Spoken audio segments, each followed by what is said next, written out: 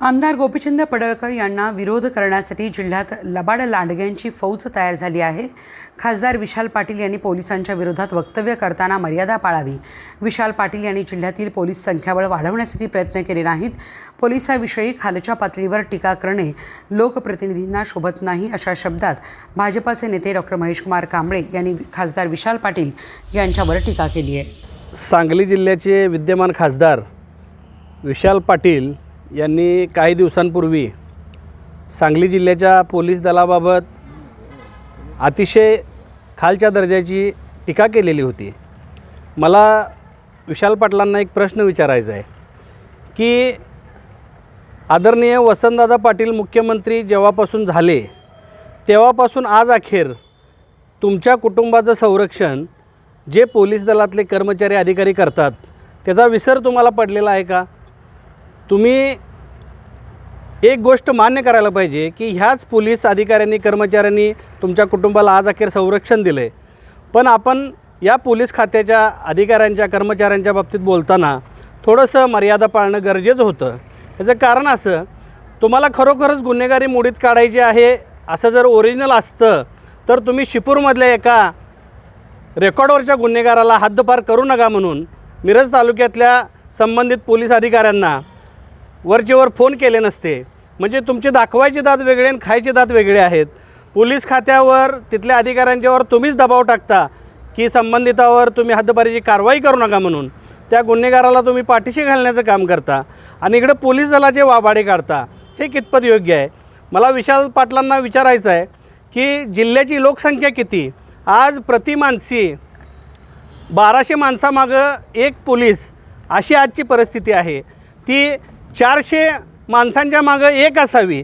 त्यासाठी जिल्ह्याचं पोलीस दलातलं बळ संख्याबळ वाढावं यासाठी तुम्ही कधी प्रयत्न केलेले आहेत का? तर नाही केले। पण मला या विशाल पाटलांना आता एकच सांगायचं आहे की पोलिसांना कधी सणवार असतो का? पोलिसांना सुखदुःख असतं का? पोलिसांना संसार, मुलंबाळं, घर ह्या भावना ह्यांना काय आहेत की नाही? पोलिसांनी कुठल्या सणाला स्वतःच्या कुटुंबाला वेळ दिला आहे हे सांगावं। मग पोलिसांचा विचार हा कधी केला जाणार आहे की नाही? कारण पोलीस हे संघटना काढू शकत नाहीत म्हणून अशा जबाबदार लोकप्रतिनिधीनं खालच्या दर्जाची वक्तव्य करणं योग्य नाही। पण मला कालची अनेक चर्चा माझ्या कानावर आली की विशाल पाटील यांना जिल्हा मध्यवर्ती बँकेनं 256 कोटी रुपये मंजूर केले कर्ज म्हणून, आणि हे कर्ज मंजूर करण्यासाठी या जिल्ह्याचे राष्ट्रवादीचे नेते जयंत पाटील आणि विश्वजित कदम या दोघांनीही जिल्हा मध्यवर्ती बँकेच्या काही संचालकांना फोन केले असल्याची चर्चा माझ्या कानावर आली। म्हणजे आज या सांगली जिल्ह्यातलं बहुजनांचं एक नेतृत्व जे प्रस्थापितांच्या विरोधात छड्डू ठोकून उभं आहे, जे छाताडावर नाचते आदरणीय गोपीचंद पडळकर साहेबांच्या रूपानं, या गोपीचंद पडळकर साहेबांना कुठंतरी विरोध करण्यासाठी आपण एकटे पुरणार नाही म्हणून या 3 लबाड लांडग्यांनी ह्यांची टोळी तयार केलेली आहे। पण मला एवढंच सांगायचं आहे की गोपीचंद पडळकर हे बहुजनांचं नेतृत्व आहे आणि ते सत्याचाच विजय होण्यासाठी कायम धडपडत असतं। ह्यांनी केलेली सगळी जी काही चुकीची कामं आहेत ते बाहेर काढण्याचं काम करत असतं। आज जयंत पाटलांनी परवा ह्या अधिवेशनामध्ये सांगली जिल्ह्यातल्या पोलीस दलाच्यावर जी काही बोललं की इथली कायदा सुव्यवस्था बिघडली आहे। 2009ला कुणाच्या गृहमंत्री असलेल्या कार्यकाळात दंगल झाली होती? मिरजेची दंगल ही जयंत पाटील गृहमंत्री असतानाच झाली होती ना। मग ते विसरून कसं चालेल? तुमच्या काळात आराराबा पाटील जेव्हा गृहमंत्री होते तेव्हा खैरलांचे हत्याकांड घडलं होतं। अशा काही बऱ्याचशा गोष्टी आहेत की त्या काळात त्यांच्या सत्ता असतानासुद्धा घडलेल्या आहेत। पण आत्ता उठायचं सुटायचं, जिल्ह्याचे पालकमंत्री चंद्रकांत दादा पाटील यांना टार्गेट करायचं, राज्याचे कार्यतत्पर मुख्यमंत्री देवाभाऊ फडणवीस यांना टार्गेट करायचं आणि कुठल्या ना कुठल्या पद्धतीनं काम सुरळीत होऊ न देणं असा प्रयत्न करणं हे चुकीचं आहे।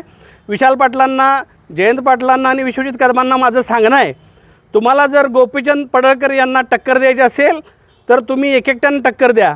अशी टोळी तयार करून फौज, लबाड लांडग्यांची फौज तयार करून गोपीचंद पडळकरांचं काय वाकडं होणार नाही।